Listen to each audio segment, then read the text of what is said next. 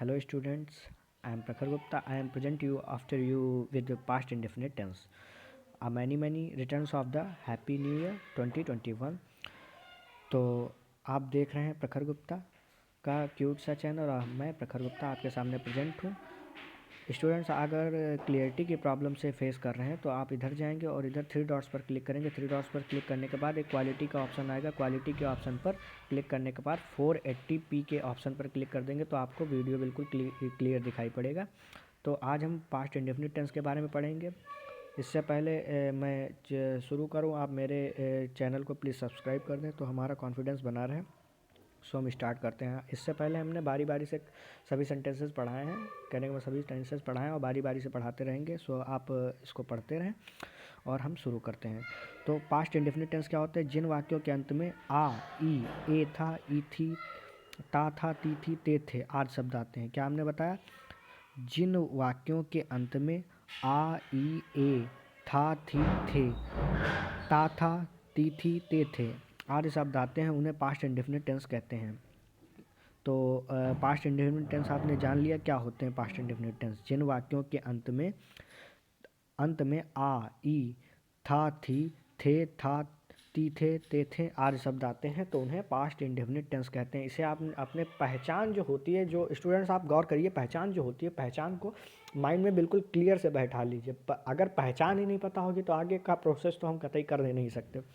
सो past indefinite tense की पहचान हमें बिल्कुल क्लियर तरीके से माइंड में बैठा लेनी चाहिए। फिर पहचान जब हमें पता चल गई तो हम आगे बढ़ते हैं। आगे अफर्मेटिव सेंटेंस। अफर्मेटिव सेंटेंस क्या होते हैं? जिन वाक्य प्रत्येक कर्ता के साथ वर्ब की सेकेंड फॉर्म लगाते हैं। अच्छा, अभी तक हम पढ़ते चले आ रहे थे कि फर्स्ट फॉर्म के संग कोई दूसरा रूल है। कहने का मतलब अगर सिंगुलर पर्सन है तो उसके साथ कोई दूसरा रूल है, अगर सब्जेक्ट जो है सिंगुलर पर्सन है तो उसके साथ कोई दूसरा रूल है, और प्लूरल पर्सन है तो कोई दूसरा रूल है। यही सब कहीं होता है। बट पास्ट इंडेफिनिट एक ऐसा टेंस है जहाँ इसके लिए थोड़ा अलग सा रूल है। कहने का मतलब है कि इसके लिए चाहे सब्जेक्ट सिंगुलर हो अदरवाइज प्लूरल हो, इसके साथ मेन वर्ब की सेकेंड फॉर्म लगती है और हेल्पिंग वर्ब भी ओनली वन डिड ही रहती है। हेल्पिंग वर्ब, वो हेल्पिंग वर्ब निगेटिव में यूज़ की जाती है, अफर्मेटिव में नहीं यूज़ की जाती है। तो हम प्रत्येक कर्ता के साथ वर्ब की सेकेंड फॉर्म लगाते हैं। क्लियर? तो सब्जेक्ट सिंगुलर हो चाहे प्लूरल हो, वर्ब की second form object helping verb. इसमें जैसे इंडेफिनिट टेंसेस में हेल्पिंग वर्ब नहीं रहती है, आप इसे दिमाग में बैठा लेंगे। इंडेफिनिट में मतलब प्रेजेंट इंडेफिनिट और पास्ट इंडेफिनिट में हेल्पिंग वर्ब अफर्मेटिव सेंटेंसेस में नहीं होती है, निगेटिव और इंट्रोगेटिव में यूज़ की जाती है। तो आप स्ट्रक्चर को कायदे से अपने दिमाग में बसाइए, पहचान को कायदे से बचाइए, रूल को आप दिमाग में बैठा कर एक बात आप गौर से समझिए कि जो नियम होते हैं, क्या आपकी लाइफ एंड हो जाएगी, बट ये नियम नहीं जाने को है। हम आज को आपको पढ़ा रहे हैं, कल आप किसी को पढ़ाएंगे, हो सकता है इसी तरह से ये कोऑर्डिनेशन चलता रहेगा। तो आप तभी पढ़ा पाएंगे जब खुद पढ़ेंगे ना। तो दिमाग पर जोर डालिए, आगे चलकर यही चीज़ें ट्रांसफॉर्मेशन, सिंटैक्स और सिंथेसिस वगैरह में चेंज हो जाती हैं। जब मामूली सी चीज़ें नहीं पता होंगी तो बड़ी बड़ी चीज़ें कहाँ से सीखेंगे हम। समझने वाली कोशिश कीजिए। तो टेंसेस तो आप अपनी अर्थ लेवल में बिल्कुल कंप्लीट धुआंधार बनाकर चलिए कि कहीं से कुछ भी पूछ दिया जाए फटाक से टेंस बनाकर रख दें, ऐसा हमारे अंदर कॉन्फिडेंस होना चाहिए, तब तो सब बढ़िया है, वरना सब बेकार। तो अफर्मेटिव सेंटेंसेस प्रत्येक कर्ता के साथ वर्ब की सेकेंड फॉर्म लगाते हैं। तो इनका क्या रहेगा? सब्जेक्ट सिंगुलर या प्लूरल, वर्ब की सेकेंड फॉर्म और ऑब्जेक्ट।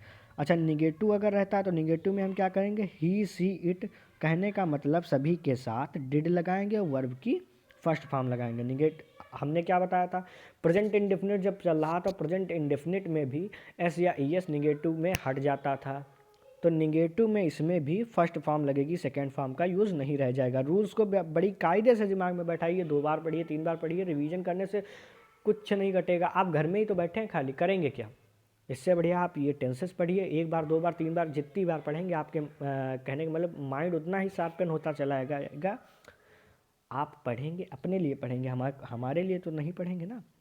तो negative sentence he, C, it या सभी करता हूँ, मतलब सब्जेक्ट चाहे सिंगुलर हो चाहे प्लूरल हो, उसके साथ डिड लगेगा निगेटिव सेंटेंस में और वर्ब की फर्स्ट फॉर्म लगेगी। इसका जो फार्मूला होता है मेन, अच्छा याद रखने वाली चीज़ है तो ये फार्मूले होते हैं और पहचान होती है। तो सॉरी, तो ये जो हम पहुंच गए कहाँ, तो ये subject singular plural did not verb की फर्स्ट फॉर्म और ऑब्जेक्ट। क्लियर हुआ? कहने का मतलब सब्जेक्ट चाहे सिंगुलर हो चाहे प्लूरल, डिड नॉट वर्ब की फर्स्ट फॉर्म और ऑब्जेक्ट। और इंट्रोगेटिव सेंटेंसेस दो टाइप हमने बना रखे हैं, first type and second type. तो फर्स्ट टाइप में हम क्या करेंगे, डिड और सब्जेक्ट सिंगुलर या प्लूरल, वर्ब की फर्स्ट फॉर्म ऑब्जेक्ट। और सेकंड टाइप में हम क्या करेंगे, क्वेश्चन वर्ड सबसे पहले लिख देंगे, सब्जेक्ट सिंगुलर प्लूरल, वर्ब की फर्स्ट फॉर्म ऑब्जेक्ट। अच्छा, अगर हम यही कह दें इंट्रोगेटिव सेंटेंस भी है, इंट्रोगेटिव तो सेंटेंस है ही, साथ में निगेटिव भी है।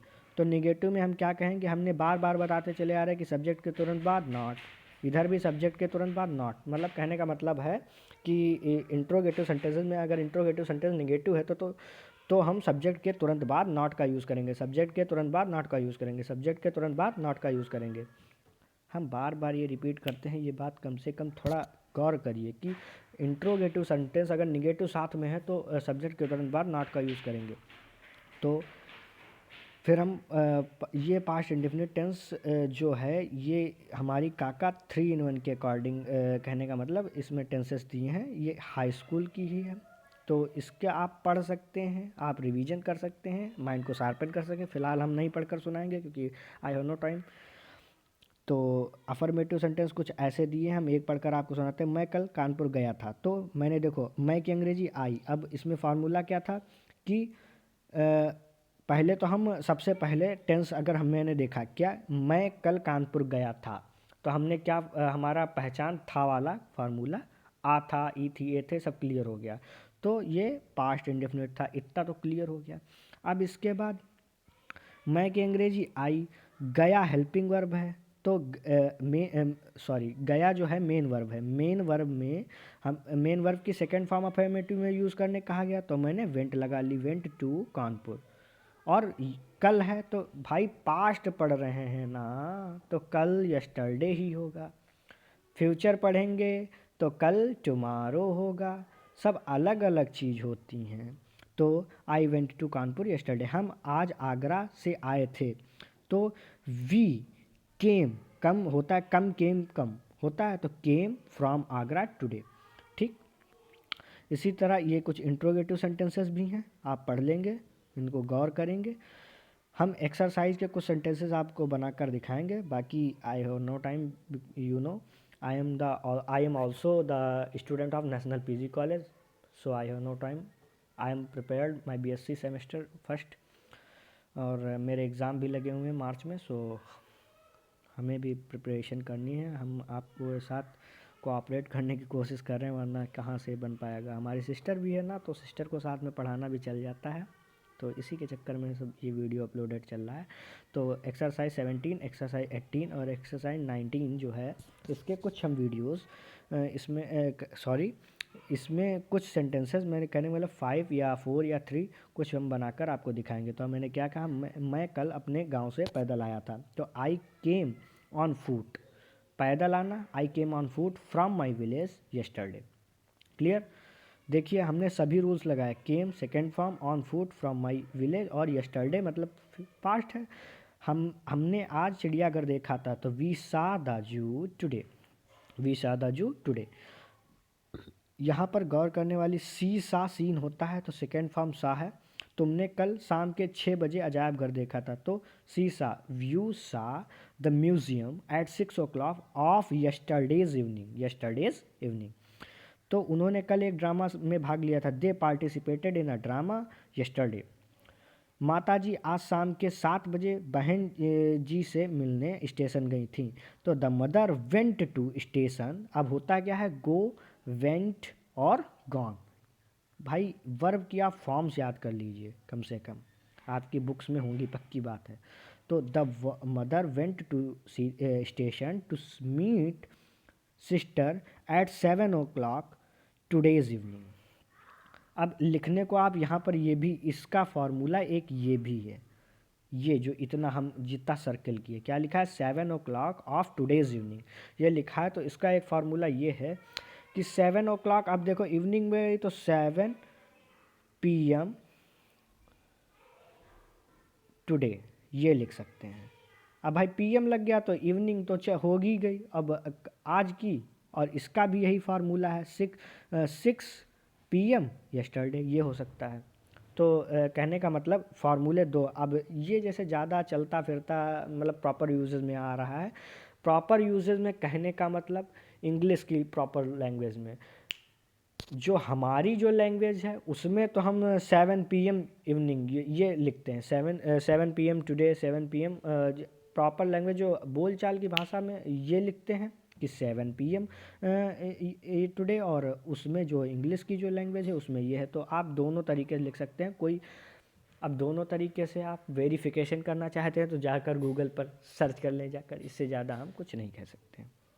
तो नेगेटिव सेंटेंस आपको पढ़ाएंगे, हमको पता होगा उतना सही पढ़ाएंगे, इतनी मैं गारंटी लेता हूँ। अगर कहीं बाई चांस कोई गलती हो जाती है तो प्लीज़ कमेंट बॉक्स में कमेंट ना टाइप करें।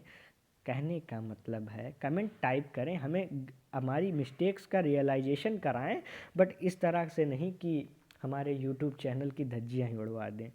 तो हम निगेटिव सेंटेंसेस में, मैं कल प्लेटफार्म पर नहीं सोया था। I did not sleep on the platform yesterday. Did not लगा दिया, स्लीप लगा दिया, मतलब जब डिड नॉट लगता है तो मेन वर्ब की फर्स्ट फॉर्म। रीता ने कल अपने बड़े भाई को पत्र नहीं लिखा था। Rita did not right the letter to his Elder brother yesterday. बड़े भाई को एल्डर ब्रदर, छोटे भाई को यंगर ब्रदर। अब हमने तुम्हारी पुस्तकें नहीं चुराई थी। We did not steel, steel stolen, stolen ये होता है तो स्टील योर बुक्स। मास्टर साहब ने कल कक्षा में व्याकरण नहीं पढ़ाया था। The teacher did not teach the grammar in the class yesterday.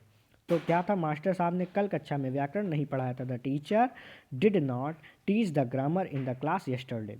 अच्छा, इंट्रोगेटिव सेंटेंसेस की ओर प्रोसीड करते हैं। तो इंट्रोगेटिव सेंटेंस, क्या कल रात मोहन यहाँ सोया था। Did Mohan sleep hair yesterday. हमने फार्मूला फॉलो किया, आप ऊपर जाकर देख सकते हैं फार्मूला। अब हम फार्मूले से याद आया कि आपको ये जो नोट्स हैं, अगर ये PDF फॉर्मेट में अगर आपको पाने हैं तो मैं नीचे डिस्क्रिप्शन बॉक्स में इसका अपने गूगल क्लासरूम का लिंक दे दूंगा। तो आप गूगल क्लासरूम को डाउनलोड कर लेंगे प्ले स्टोर से और उस लिंक पर क्लिक करेंगे, सो आप सीधे हमारे डायरेक्ट गूगल क्लासरूम में पहुंच जाएंगे। वहां से आप PDF फॉर्मेट में इसे डाउनलोड कर सकते हैं, पा सकते हैं। हमारी कोई साइट वगैरह तो है नहीं जहाँ से हम आपको दे सकते हैं, तो आप गूगल क्लासरूम को ज्वाइन करके वहाँ से नोट ले सकते हैं। अदरवाइज़ आप वीडियो पॉज करके बैक करके हर कैसे आप नोट कर सकते हैं, जैसे यार एज योर विश। क्या कल रात मोहन यहाँ सोया था। Did Mohan sleep here yesterday. क्या इस लड़की ने कल अपना कार्य पूरा कर लिया था। Did this girl do her whole work. अपना पूरा कार्य किया तो अपने पूरा कार्य की होल वर्क यस्टरडे। तो शिकारी ने 5 खरगोश क्यों नहीं पकड़े थे। अब यहाँ पर सेकेंड टाइप हमने ऐड कर लिया क्यों। तो वाई डिड द हंटर। अब जैसे यहाँ पर नहीं आ गया तो सब्जेक्ट के तुरंत बाद नॉट कैच। अब कैच काट काट होता है तो कैच 5 डियर। अब डियर से याद आया, आपने यहाँ पर 5 डियर नहीं होगा, यहाँ पर फिलहाल तो तुम्हारा रैबिट होगा, आप कर लेंगे करेक्शन। तो डियर से याद आया, अगर यहाँ पर 5 हिरन होता तो आप क्या लिखते, डियर्स लिख देते। मैक्सिमम स्टूडेंट्स डियर्स लिख देते। बट आपने अगर आपने अगर ये सीखे होंगे कि तो आपको पता होगा कि डियर का प्लूरल जो होता है वो डियर्स नहीं होता है, डियर ही होता है। कुछ ऐसे होते हैं जिनको उतनी, जैसे फिश होती है तो फिशेज नहीं लिखी जाती, फिश ही उनका प्लूरल होता है।